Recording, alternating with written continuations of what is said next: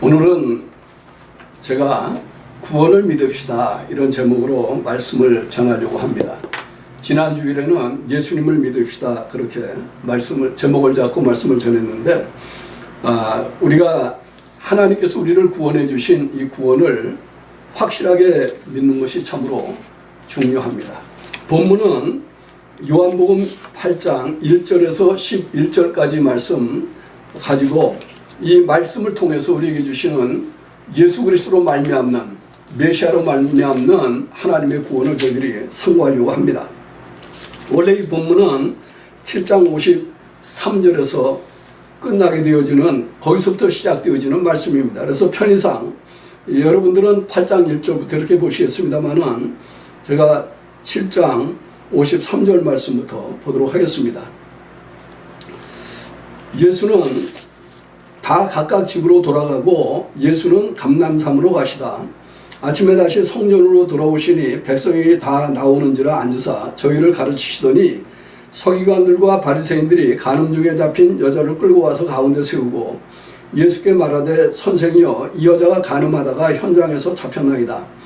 모세는 율법에 이러한 여자를 돌로 치라 명하였거니와 선생은 어떻게 말하겠나이까. 저희가 이렇게 말하면 고소할 조건을 얻고자 하여 예수를 시험함이라. 예수께서 몸을 굽히사 손가락으로 땅에 쓰시니 저희가 묻기를 맞이 아니하는지라. 이에 일어나 가라사대 너희 중에 죄 없는 자가 먼저 돌로 치라 하시고 다시 몸을 굽히사 손가락으로 땅에 쓰시니 저희가 이 말씀을 듣고 양심의 가책을 받아 어른으로 시작하여 젊은이까지 하나씩 나가고 오직 예수와 그 가운데 섰는 여자만 남았더라. 예수께서 일어나사 여자 외에 아무도 없는 것을 보시고 이르시되 여자여 너를 고소하던 그들이 어디 있느냐? 너를 정죄한 자가 없느냐? 대답하되 주여 없나이다. 예수께서 가라사대 나도 너를 정죄하지 아니하노니 가서 다시는 죄를 범치 말라 하시니라.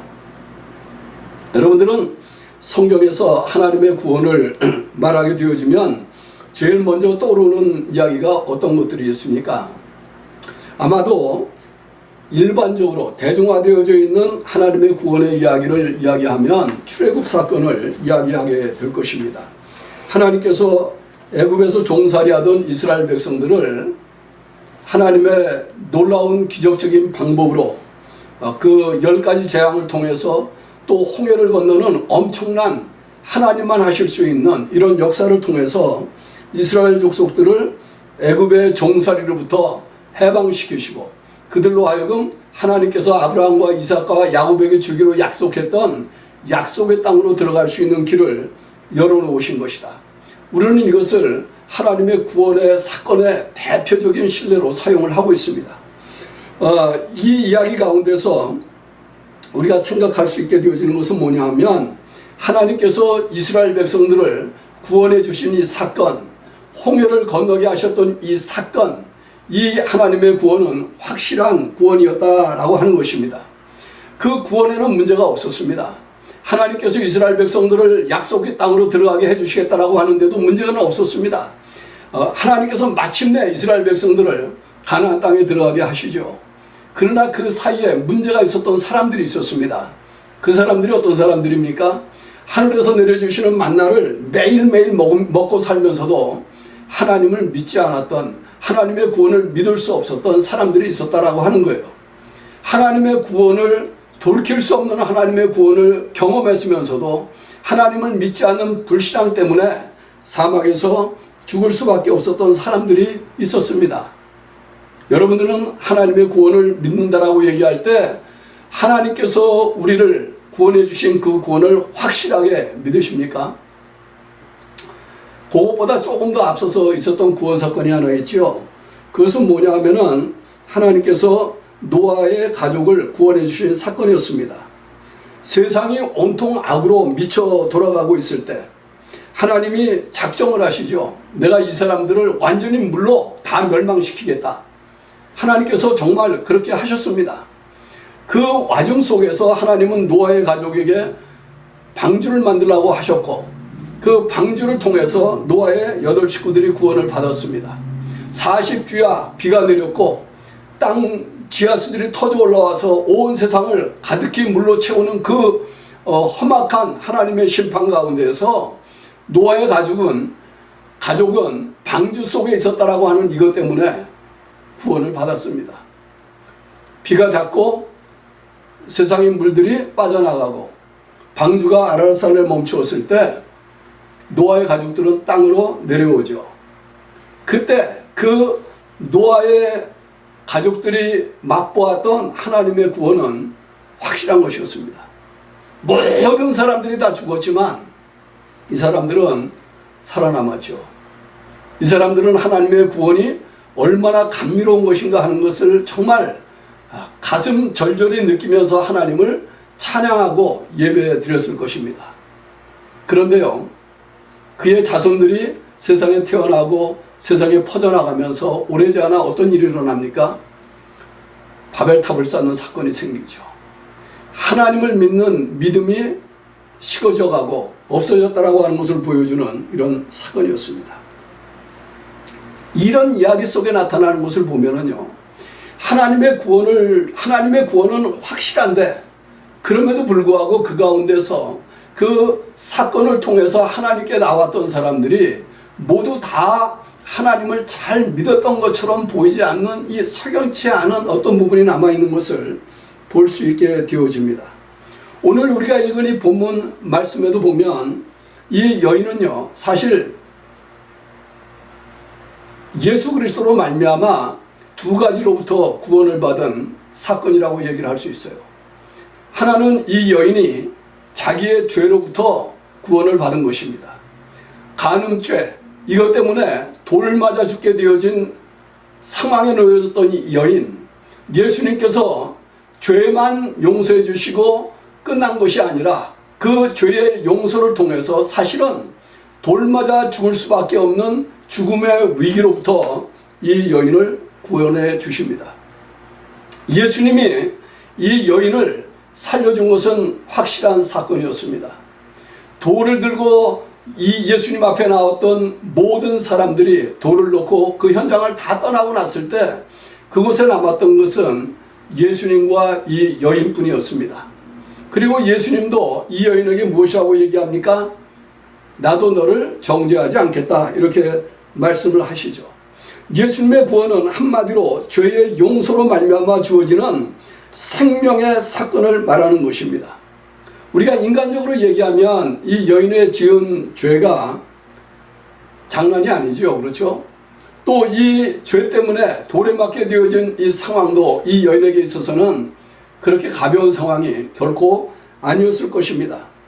그럼에도 불구하고 예수님께서 그 여인의 생명을 건져주셨을 뿐만 아니라 그 여인의 죄를 용서해 주시고 이 여인으로 하여금 새로운 세상을 살게 하십니다.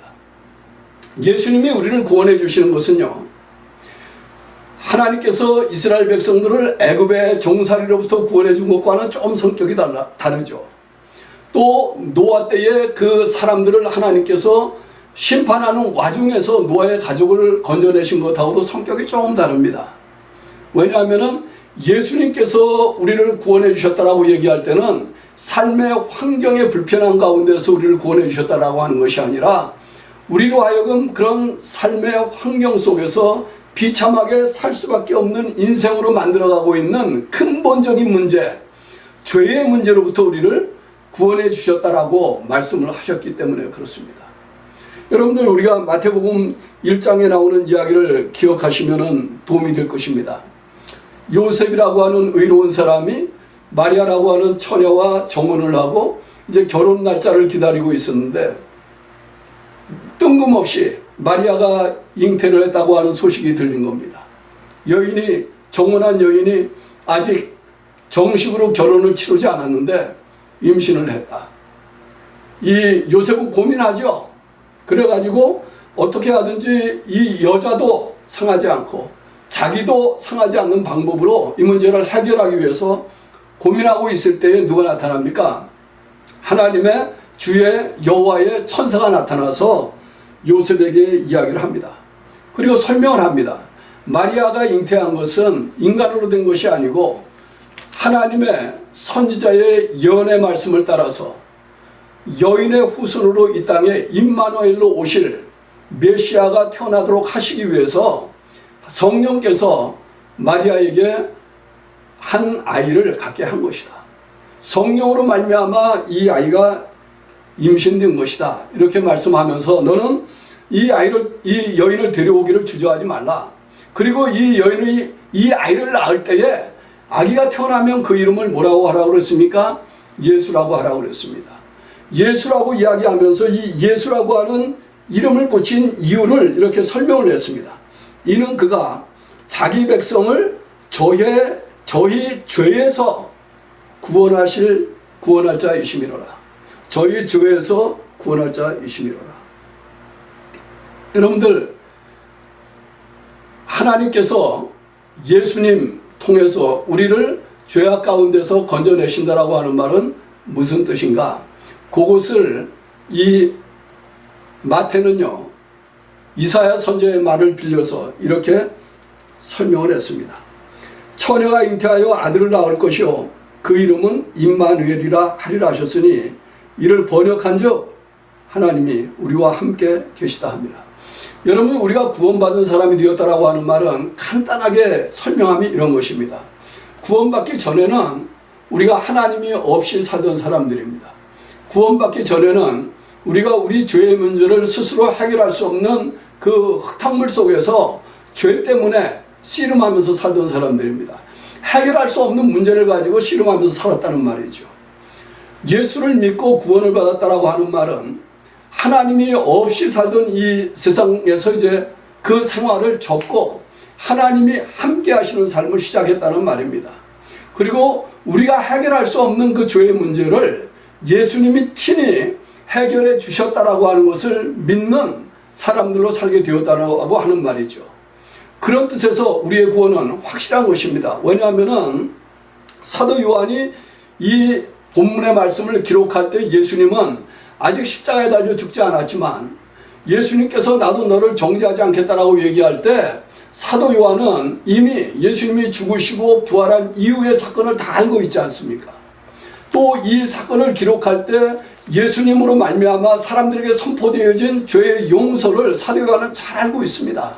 하나님의 구원이 예수님의 죽음으로 우리의 죄의 문제를 해결해 주시고 예수님의 부활로 말미암아 하나님의 의에 들어간 하나님의 사랑에 거하는 사람들이 되게 해주셨다라고 하는 것과 더불어서 하나님이 그 사람들과 함께 거한다라고 하는 것을 요한은 너무나 잘 알고 있었던 거예요.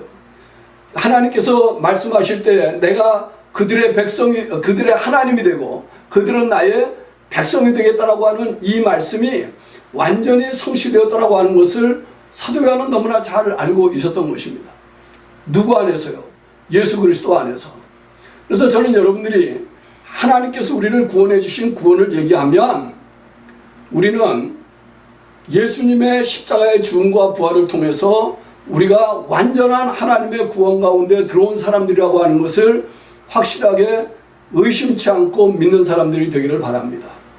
왜냐하면 그 구원이요, 내가 만든 구원이 아니고 내가 성취한 구원이 아니고 예수님께서 완성하신 구원이 우리에게 선물로 주어졌다라고 하는 것을 믿는 것이기 때문에 그래요. 하나님이 그런 하나님이라고 하는 것을 신뢰하는 것이기 때문에 그렇습니다. 그런 큰 그림을 가지고 오늘 이 본문 밑에 깔려있는 하나님의 구원에 관한 이야기를 보여주는 밑바탕에 있는 그림도 우리 잠깐 한번 살펴보도록 하겠습니다.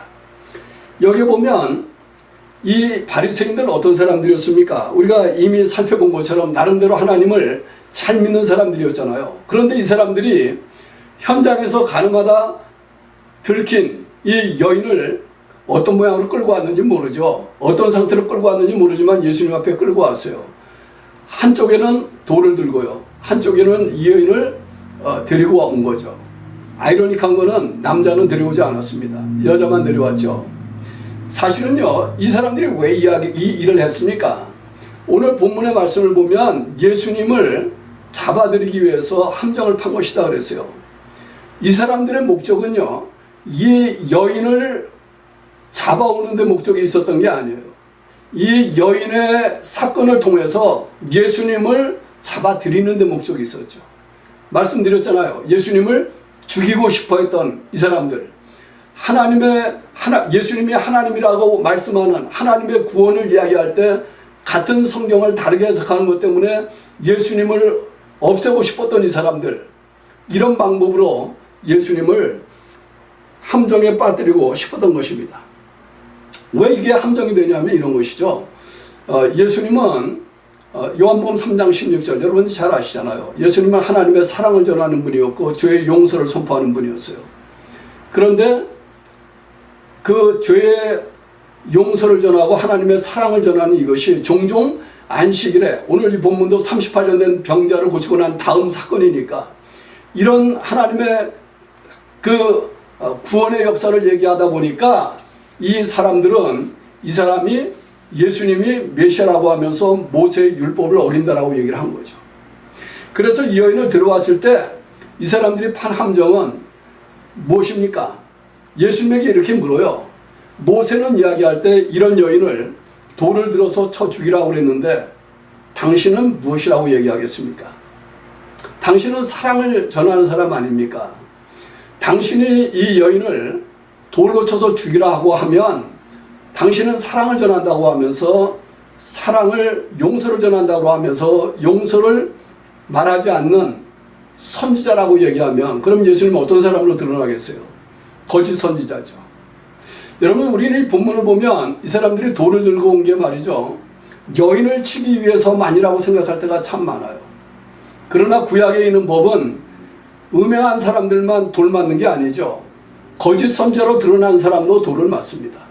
그러니까 이 사람들의 의중 속에는요, 이 돌이 만일에 예수님께서 모세의 법대로 여인을 치라 그랬으면은 여인을 향한 돌이 될 수 있었을지 몰라요. 그러나 주님이 전하신 사랑의 말씀, 용서의 말씀처럼 그 여인을 용서하고 가게 하라 그랬더라면 아마도 예수님을 향해서 사정없이 날아가는 돌이 되었을지 모릅니다. 그게 딜레마였어요. 이 딜레마를 예수님은 어떻게 해결하십니까? 예수님은 땅에다 뭐를 쓰셨어요. 그 사람들이 둘러서 가지고 궁시렁궁시렁 물어보죠. 우리가 이 여인을 어떻게 하랴? 그때 예수님이 허리를 푸시고 일어나서 이렇게 얘기합니다. 너희들 가운데서 죄 없는 자가 먼저 돌을 들어 쳐라. 그리고 예수님은 다시 앉으셔서 땅에다 뭘 쓰셨어요. 그 사람들이 와가지고 땅에 쓴 것이 무엇이든지 간에 보고 난 다음에 돌을 다 하나씩 돌을 내려놓고 돌아갔다 그랬습니다. 땅에다 쓴 게 십계명이라고 하는 사람들도 있고 땅에다 쓴 게 무엇인지 모르지만 아무튼 그 사람들 개인의 죄를 적나라하게 나타내 보여준 것이라고 얘기하는 사람도 있고 그렇습니다. 어떤 것이 됐든지 간에요, 우리가 아는 것은 이거예요. 땅에다 쓴 게 무엇이었든지 간에 그것을 본 사람들은 자기네 자신들도 돌 맞을 일을 한 사람들이었다라고 하는 것을 깨달았다는 거예요. 그렇기 때문에 돌을 내려놓고 그 예수님의 주변을 떠났습니다. 여기에서 우리가 생각할 것이 한두 가지 있어요. 하나님께서 우리의 죄를 용서해 주신다라고 얘기할 때는 두 가지를 전제하고 있는 것입니다. 하나는요, 이 세상에는 아무도 죄로부터 자유한 사람은 없다라고 하는 거예요. 어떤 누구도 다른 죄인보다 더 훌륭한 죄인은 없습니다. 여기 있는 모든 사람들, 돌을 들고 왔던 이 사람들, 어쩌면 나름대로 굉장히 훌륭한 믿음을 가진 사람들이라고 생각했을지 모르지만 거울처럼 자기들의 죄를 보여주시는 그 주님이 쓰신 말이 무엇이든지 간에 그 앞에서는 다 똑같은 돌 맞아 죽을 형편이었던 것과 형편에 놓여있던 그 여인과 똑같은 그런 죄인들이었다라고 하는 것을 자각하게 된 것이죠. 돌을 다 내려놓고 돌아간 것입니다. 다른 하나는 무슨 말씀이냐면요, 하나님께서는 어떤 죄도 용서하시지 못할 죄는 없다라고 하는 거예요. 용서를 받을 수 없을 만큼 악한 죄는 이 세상에 없습니다. 하나님은 모든 죄를 용서해 주셔요. 이야기를 하면 여러분들 머릿속에 번개처럼 지나가는 게 하나 있을 거예요. 성령 회방죄는 용서를 받지 못한다고 하지 않았느냐. 성령 회방죄. 여러분 곰곰이 한번 생각해 보세요. 성령이 하시는 일이 뭡니까? 요한복음 14장, 요한복음 16장, 여러분들이 그 본문 말씀을 자세히 읽어보면 고린도서 12장에 이르기까지요. 성령이 하시는 일은 예수님이 우리의 구세주라고 하는 것을 믿게 해주시는 일을 하는 거예요. 성령이 오면 내가 너에게 가르치고 행한 모든 일들을 깨달아서 알게 해주시겠다라고 말씀하셨죠. 고린도전서 12장 1절 이하에 나오는 말씀을 보면 성령으로 말미암지 않고는 아무도 예수를 주라고 이야기할 수 없다고 그랬습니다. 다른 말로 얘기하면 성령은 믿지 않는 사람들, 하나님을 모르는 사람들, 예수님이 누군지 모르는 사람들에게 예수님이 우리의 죄를 위하여 이 땅에 보냄을 받았던 구세주라고 하는 것을 믿게 해주는 역사를 하시는 분이에요. 그러니까 용서받지 못할 죄는 딱 하나밖에 없어요. 예수님의 구원을 믿지 않는 죄는 용서받을 수가 없습니다. 예수님의 구원을 믿지 않는 사람은 구원을 받을 수가 없습니다. 구원을 믿는다라고 하는 말은 성령의 역사를 믿는다는 말이고, 구원을 믿는다라고 하는 말은 우리가 하나님께서 어떤 종류의 죄를 지었든지 간에 예수님이 십자가에 달려 죽으시고 부활한 이 사건을 통해서 다 용서해 주셨다라고 하는 것을 믿는다라고 하는 것이에요. 그래서 예수님이 이 여인에 대해서 이야기할 때 너를 고소하는 사람이 더 없느냐 이렇게 묻죠. 여인이 대답이 아무도 없다라고 얘기하니까 예수님께서 친히 나도 너를 정죄하지 않는다 그렇게 얘기하시죠.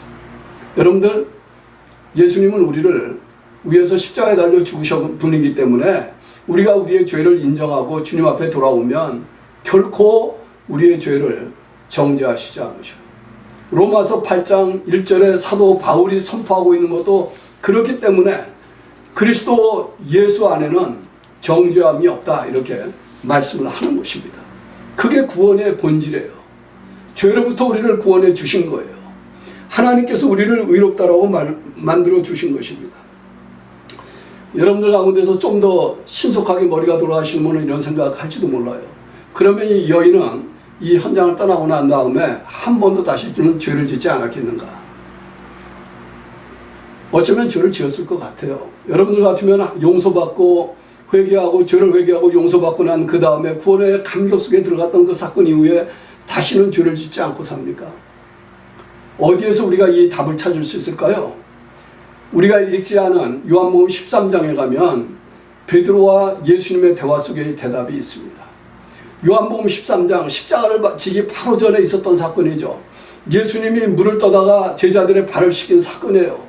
그 대화 속에서 베드로는 이렇게 얘기합니다. 주님, 어떻게 주님이 내 발을 씻습니까?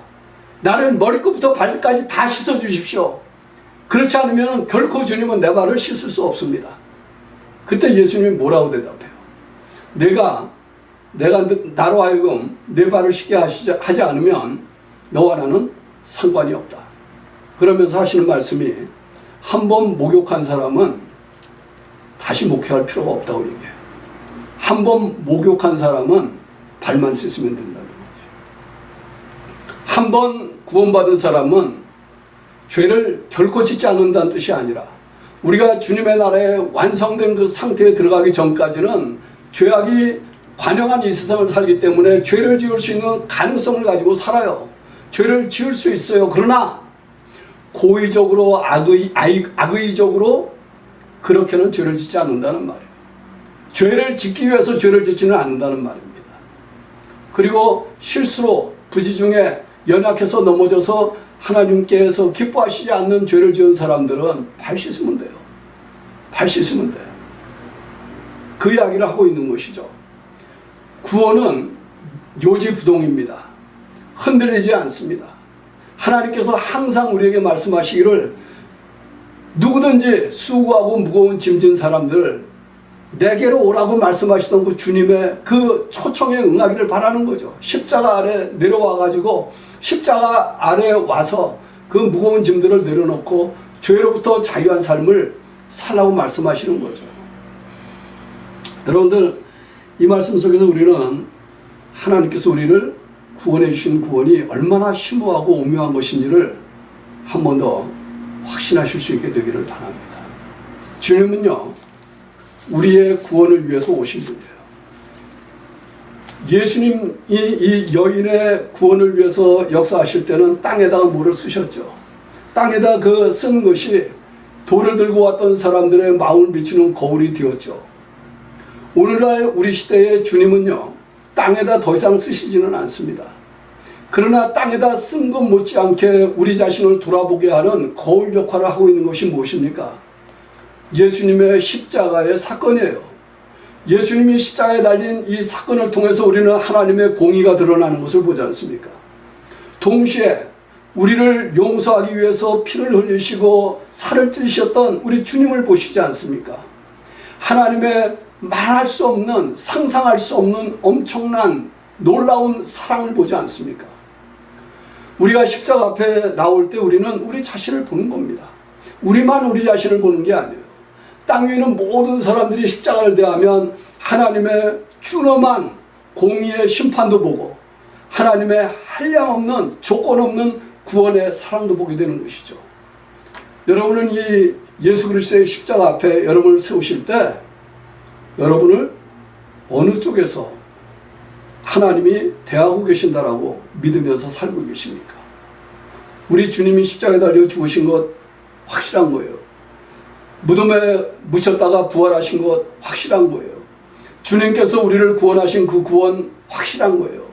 이것을 믿는 사람들은 그 십자가를 대할 때마다 하나님의 무한한 사랑과 긍휼과 자비를 찬양할 수밖에 없습니다.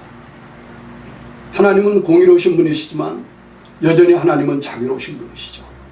이 믿음으로 이 한 주간도 구원받은 하나님이 우리를 구원해 주신 이 구원을 믿으면서 사는 그 믿음 때문에 하나님께서 주시는 이 자유와 평강과 구원의 생명의 감격을 가지고 사는 저와 여러분이 되기를 주님의 이름으로 축원합니다.